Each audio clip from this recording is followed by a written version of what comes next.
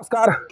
Birdie घटना की आड़ में असामाजिक तत्वों के द्वारा बर्डी थाना को निशाना बनाए जाने की कोशिश को नाकाम करने के बाद पुलिस के स्तर से असामाजिक तत्वों को चिन्हित करके कार्रवाई करने की तैयारी शुरू कर दी गई है। सोचिए कि किस तरह से बर्डी घटना की आड़ में कुछ असामाजिक तत्वों के द्वारा अगले सुबह बर्डी थाना को निशाना बनाने की कोशिश की गई थी। अगर पुलिस के स्तर से सतर्कता नहीं बरती गई होती तो आज एक बहुत बड़ा घटना सामने आ सकती थी। कारण कि जिस तरह से संख्या दिखाई पड़ रही थी लोगों की, जिस तरह से इस घटना की आड़ में पहले की जो मानसिकता होगी या जो अवैध कार्यों को जारी रखने की प्रक्रिया होगी, उसी को दोहराने की कोशिश के तहत जिस तरह से आज वहां पर भीड़ दिखाई पड़ी, जिस तरह से पुलिस के ऊपर पथराव किए गए, जिस तरह से थाने को निशाना बनाने की कोशिश की गई, उससे साफ लग रहा है कि इस घटना को लेकर पहले से ही तैयारी कर ली गई होगी। कारण कि अगर घटना को लेकर इस तरह से तैयारी नहीं की गई होती तो इतनी बड़ी संख्या में लोग वहां पर इकट्ठा नहीं हुए होते। और इसीलिए आज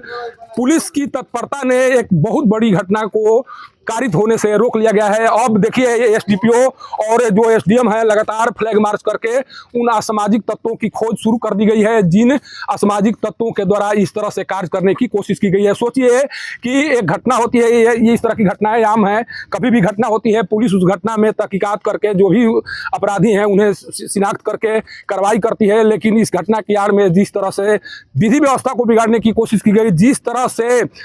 सरकारी संपत्ति को नुकसान पहुंचाने की कोशिश की गई, सोचिए कि अगर पुलिस तत्परता नहीं दिखाई होती तो थाने में रखे गए आर्म्स को भी लूट लिया गया होता। जो भीड़ वहां पर जिस तरह से भीड़ बेकाबू दिखाई पड़ रही थे, जिस तरह से लोगों में आक्रोश था, उस आक्रोश को देखने के बाद ये साफ लग रहा था कि कुछ असामाजिक तत्व ये चाह रहे थे कि पुलिस पर किसी तरह से